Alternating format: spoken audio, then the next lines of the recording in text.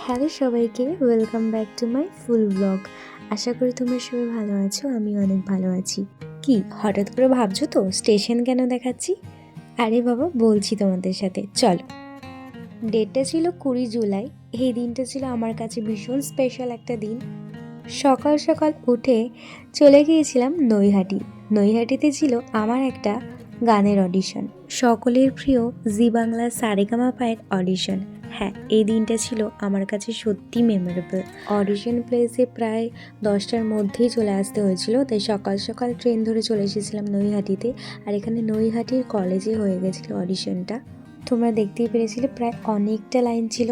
তারপরে আমাদের সবাইকে ওয়েটিং রুমে বসিয়ে দিয়েছিল, ওখান থেকে একটা ফর্ম দিয়ে দিয়েছিল, এটাকে ফিল আপ করতে হয়েছিল।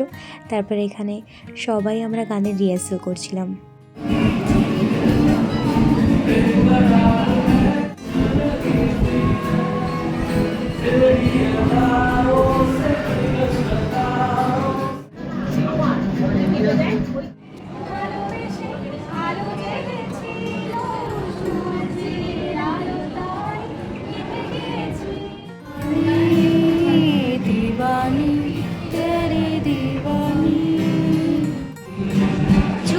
तुम्हें गिर जाएंगे अगर इनको बुलाओ कभी बेपनाह से बात करने को कहने दो इनको जरा खामोशिया।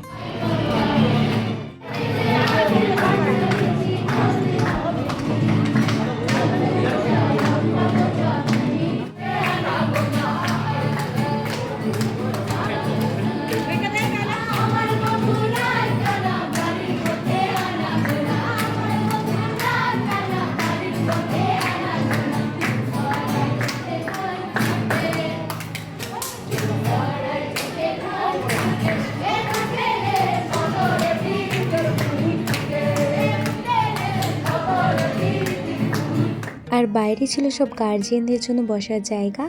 আর এই দিনটা সত্যি আমার কাছে ভীষণ মেমোরেবল ছিল। যখন সার্টিফিকেটটা পেলাম ভীষণ হ্যাপি লাগছিল নিজেকে। আর সত্যি কথা বলতে এটা আমার ফার্স্ট টাইম সারেগামাপায় আসা, তো এটা আমি অনেক দিন ধরে, এটা আমার একটা স্বপ্ন ছিল, তো সেটাও পূরণ হয়েছে। আর এখানে হচ্ছিল অডিশন, ওখানে না অ্যালাউ ছিল না অডিশন রুমে ক্যামেরা, তাই এখানে লুকিয়ে লুকিয়ে একটু ক্যামেরা করা হয়েছিল। মেন অডিশন থেকে বেরোনোর পর বাইরে এখানে অনেক গানের ইন্টারভিউ নেওয়া হচ্ছিল।